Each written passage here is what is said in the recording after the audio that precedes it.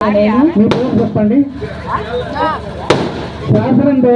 శాసనం ద్వారా ఏర్పాటు చేయబడిన భారత రాజ్యాంగం పట్ల నిజమైన నమ్మకం మరియు విధేయత కలిగినటువంటి నేను స్వీకరించబోతున్న విధిని నమ్మకంగా నిర్వహించదనని భగవంతుని పేర సత్యనిష్టతో ప్రమాణం చేయుచున్నాను. ఓకే, థ్యాంక్ యూ అమ్మా. సంతకం చేసి తర్వాత ఉప సర్పంచ్ గారు వర్సు మంజుల శ్రీను ఉప సర్పంచ్ మరియు 6వ వార్డు మెంబర్ గారు ప్రమాణ స్వీకారం చేయవలసింది కోరుతున్నాను. అమ్మా పేరు చెప్పు. గ్రామ పంచాయతీ ఉప సర్పంచ్ నేను.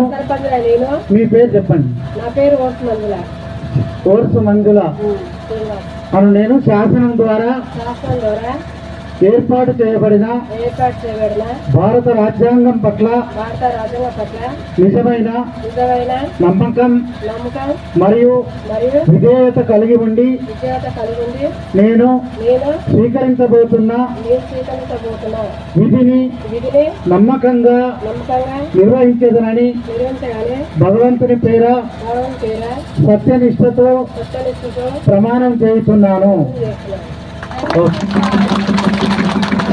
ఇప్పుడు వార్డు మెంబర్లు అందరూ దయచేసి ఒకేసారి నిలబడండి. అందరూ కూడా ఒకేసారి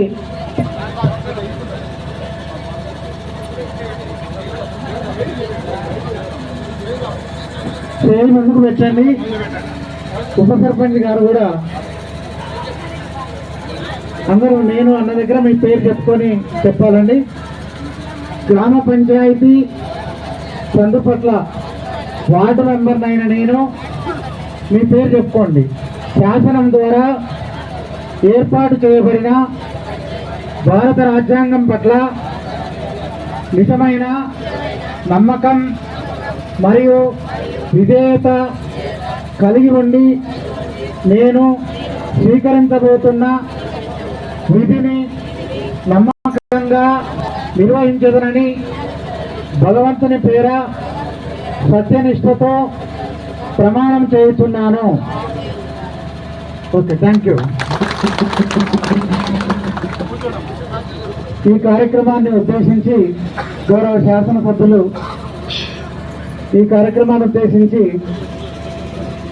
మన పూజల సంపన్న గారిని కార్యక్రమాన్ని ఉద్దేశించి అశోక్ రావు గారిని మాట్లాడవలసిందిగా గ్రామ పెద్దలు వారిని మాట్లాడవలసిందిగా ఆహ్వానిస్తారు.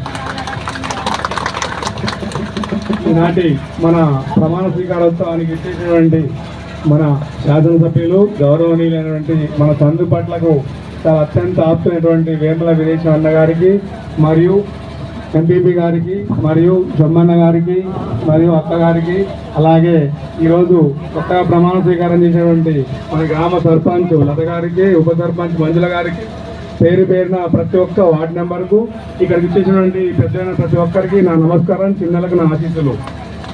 ఈరోజు మనందరం పిలవగానే అన్న ఎమ్మటే వచ్చి మన కార్యక్రమానికి హాజరైనందుకు చాలా చాలా థ్యాంక్స్ అన్న.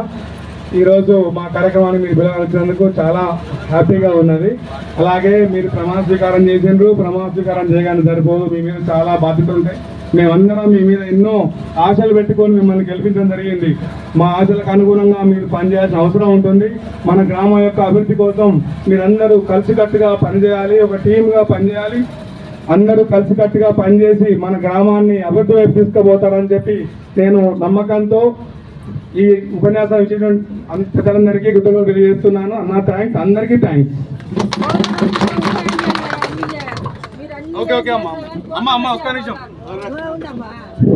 ఈనాడు చందుపట్ల గ్రామ పంచాయతీ ప్రెసిడెంట్ మరియు కార్యవర్గ ప్రమాణ స్వీకారానికి ముఖ్య అతిథిగా హాజరైనటువంటి ఎకరెకల్ నియోజకవర్గ అభివృద్ధి ప్రదాత మన ఎమ్మెల్యే వేముల వీరేశం గారికి, ఈ గ్రామంలో నా ఉద్యమ మిత్రుడు అశోక్ రావు గారికి, హాజరైన మరి పెద్దలు గంగాధర్ రావు గారికి, ఈ గ్రామ పెద్దలందరికీ, కాంగ్రెస్ పార్టీ నాయకులందరికీ శుభాభినందనలు తెలియజేస్తున్నాను. ఈరోజు నూతనంగా పదవి బాధ్యతలు చేపట్టినటువంటి దిగ్గోజు లత మరియు వారి కార్యవర్గానికి శుభాకాంక్షలు, శుభాభినందనలు తెలియజేస్తున్నాను.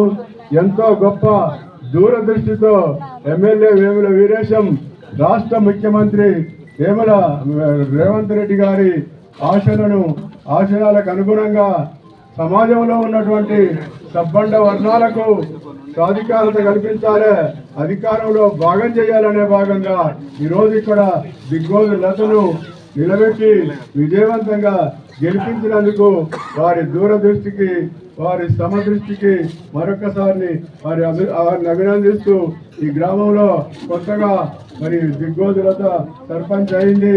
అశోక్ రావు గారు లాంటి సీనియర్ నాయకులు వారికి ఎమ్మెల్యేకు మధ్యన సారథిగా ఉండి సమస్యలను వారి దృష్టికి తీసుకుపోయి ఏకరువు పెట్టి పరిష్కారానికి పాటుపడాలని చెప్పి మరొకసారి ఈ కార్యవర్గానికి శుభాకాంక్షలు, శుభాభినందనలు తెలియజేస్తున్నాను. జై తెలంగాణ.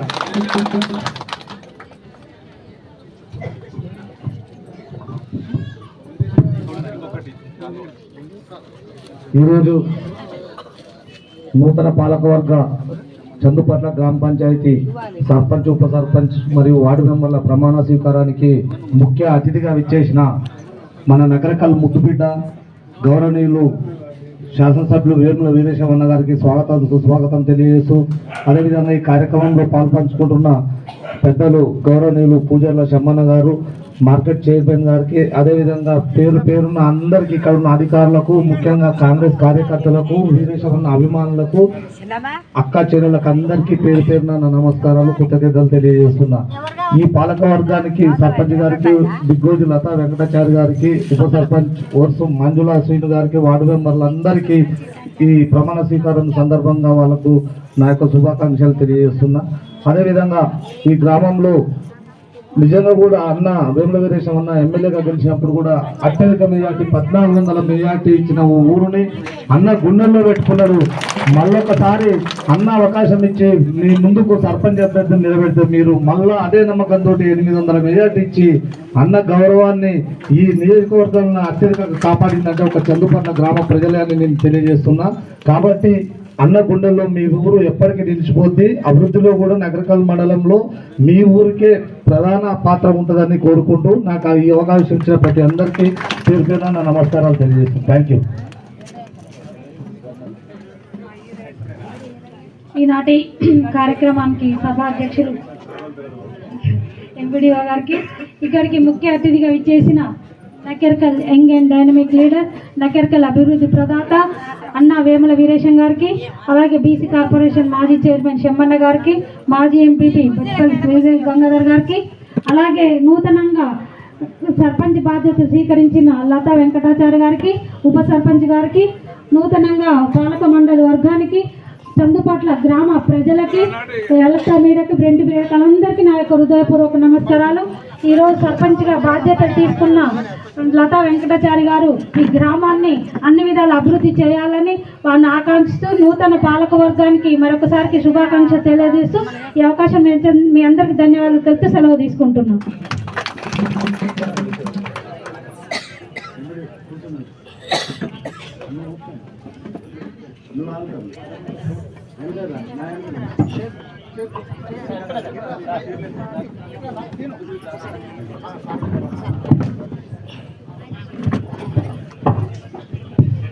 అశోక్ అన్న మొదలు పెడదామా?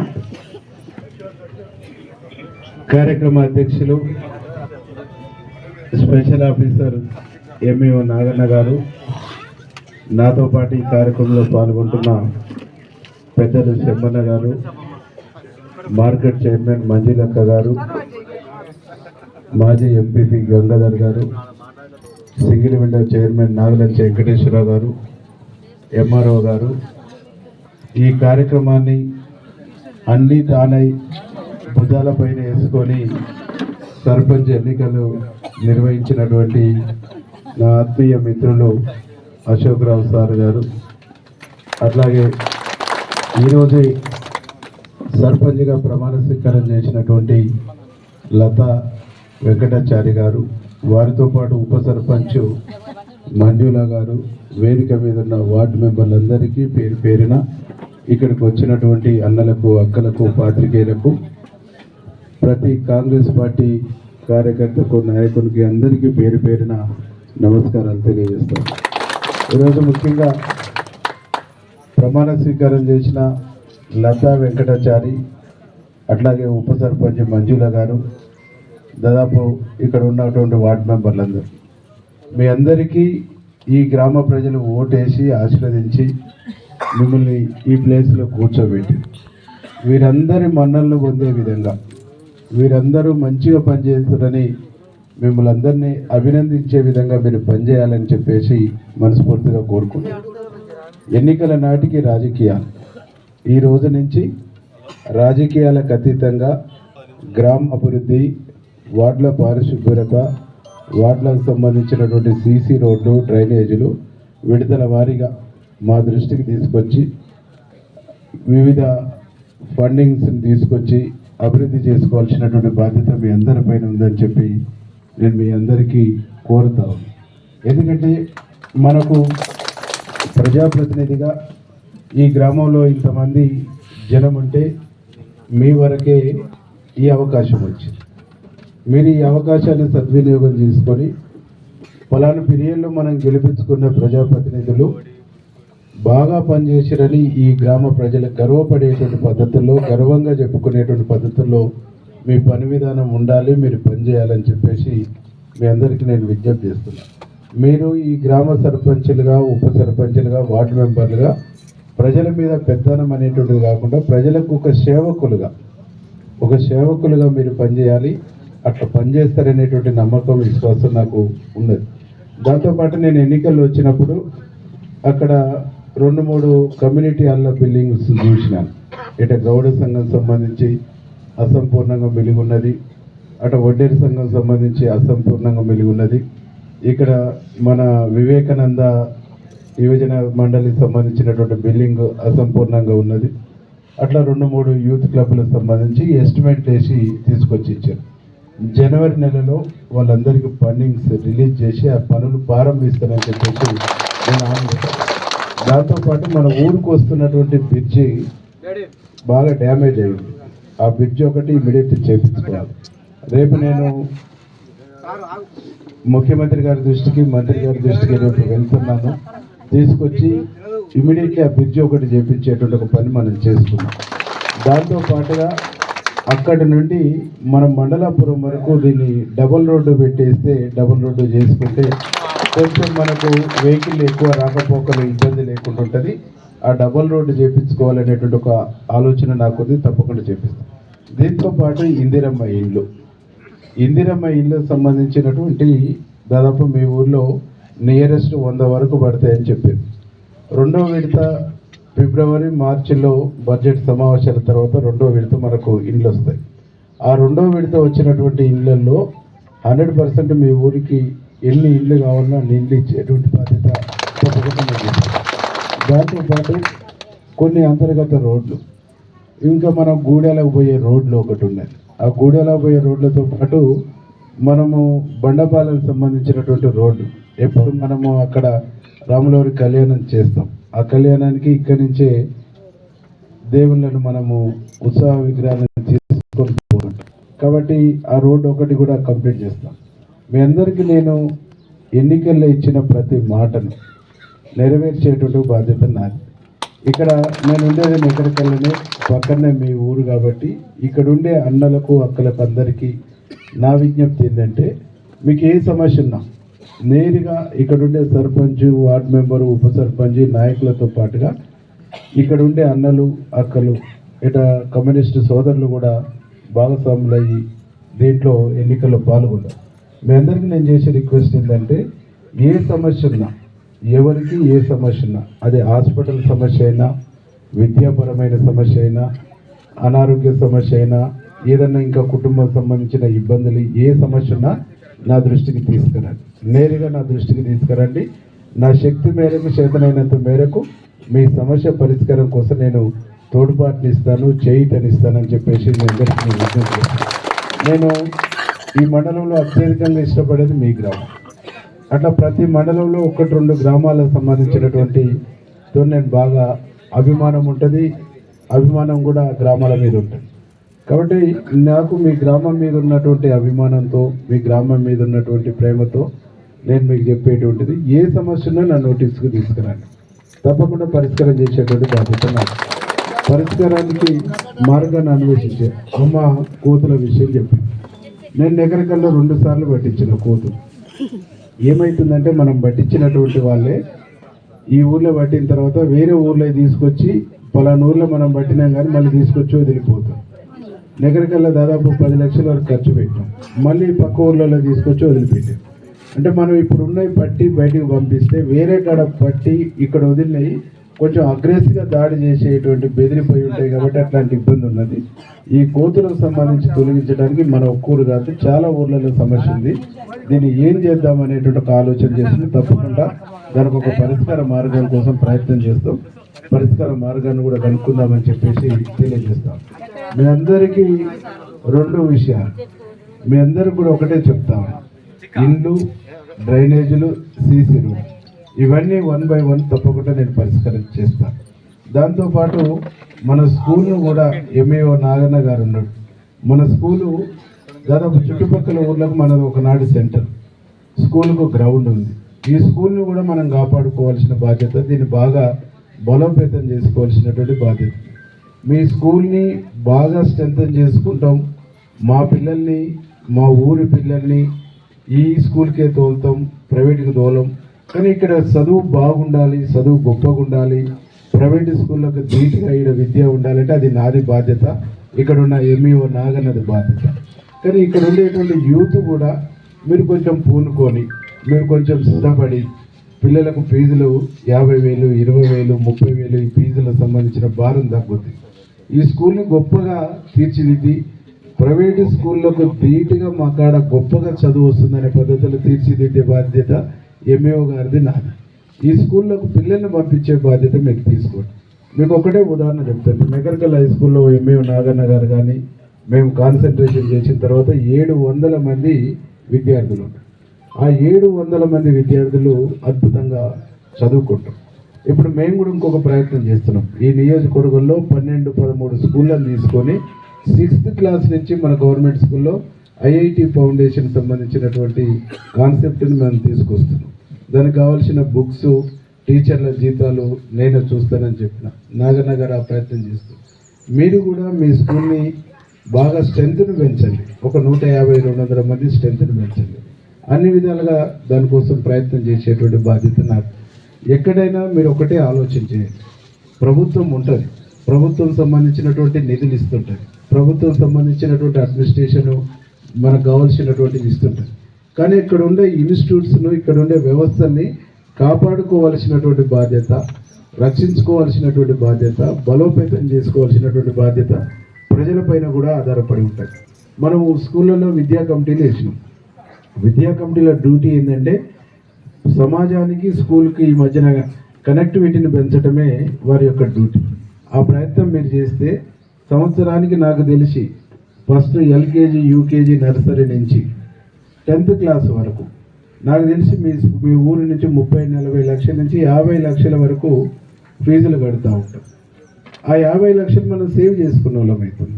50 లక్షలు మనం ఇది చేసుకున్నటువంటి వాళ్ళు. నేను ఒక స్కూల్ పెట్టినాను, ప్రీ స్కూల్ అని. ఆ స్కూల్కి నేను చెప్తా, చాలా కార్పొరేట్ స్కూల్కి వచ్చినటువంటి వాళ్ళు ఉన్నారు, ఏబిసిడీలు కూడా రానట్టు. అదే గవర్నమెంట్ సంబంధించిన ఎయిడెడ్ స్కూల్ అక్కడ ఉన్న గవర్నమెంట్ టీచర్స్ చెప్తే ఇలా అద్భుతంగా పిల్లలు చదువుతా ఉన్నారు. కాబట్టి మన స్కూల్ని కూడా కాపాడుకుందాం.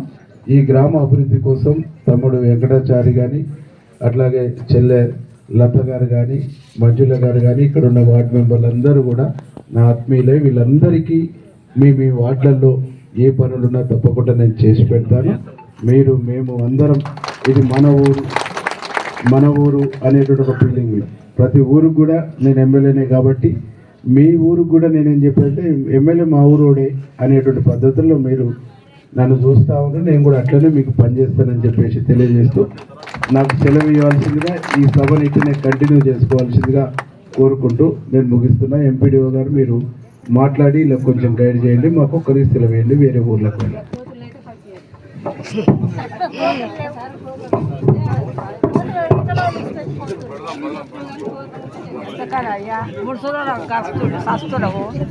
చూతులు వేపించుకోలేవులే అదే రాదు